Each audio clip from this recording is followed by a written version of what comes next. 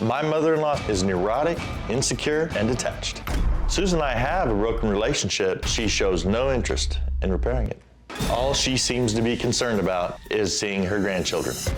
After I married Becca, it became obvious to me that Susan's best friend was her daughter, my wife.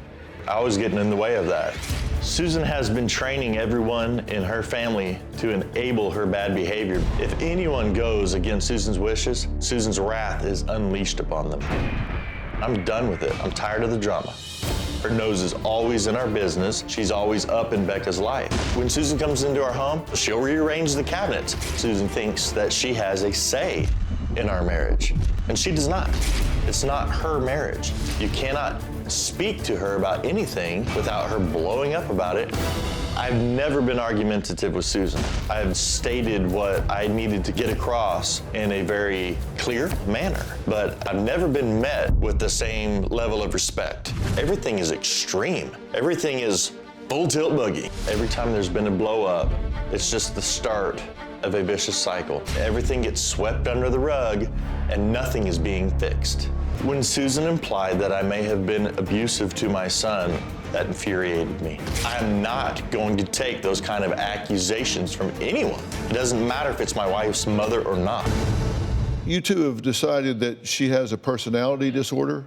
Yes, I have. And I've got 5 pages of characteristics of... That's a partial list, by the way. Anger and baiting and circular conversations, disassociation, emotional blackmail, favoritism and scapegoating, harassment, identity disturbance, lack of consciousness, manipulation, mood swings, raging violence, and impulsive aggression. Just take me away now. Sabotage, self-victimization, sensitive entitlement, threat. I mean, it just goes on and on. I got pages and pages and pages here. We did do a lot of research. Of course, Google's always there. And I just typed in, what is it when someone blames someone else for the things that they're actually always doing? Well, if it's on Google. I understand.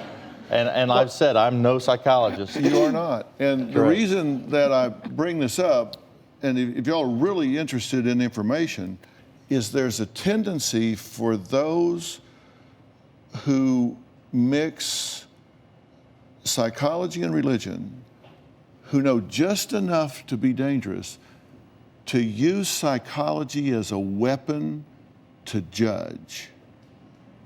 You guys decided that she was a histrionic personality, right? Yes, sir. I mean, we didn't say that was set in stone. It was just, Correct. This is what we've read about. Well, no, but you submitted about 14 pages of support for that diagnosis. And I can tell you that wouldn't even be on my short list if I was diagnosing her, but I'm not, because I'm not qualified to diagnose her. I haven't done the proper work, nor have you. That doesn't mean she doesn't have flaws of character. Certainly, it just seems awfully judgmental. I don't know, but I mean, I don't like her shooting off a gun in her closet. I don't need a label for that. That seems like you don't need to go to psychology school to know that's not good, yes, right? Sir. Yes, sir. But didn't you shoot off a gun in the house? Yes, sir. Didn't you blow a hole in the front door? Yes, sir. And he tried to hide it. And didn't you say it was a peephole for like short people? Yes. Yeah. Yes, I did. So That's right. it happens, right? Yes, but there's a difference in this. Mine truly was an accidental discharge, but I wasn't. He's a gun expert. But I wasn't.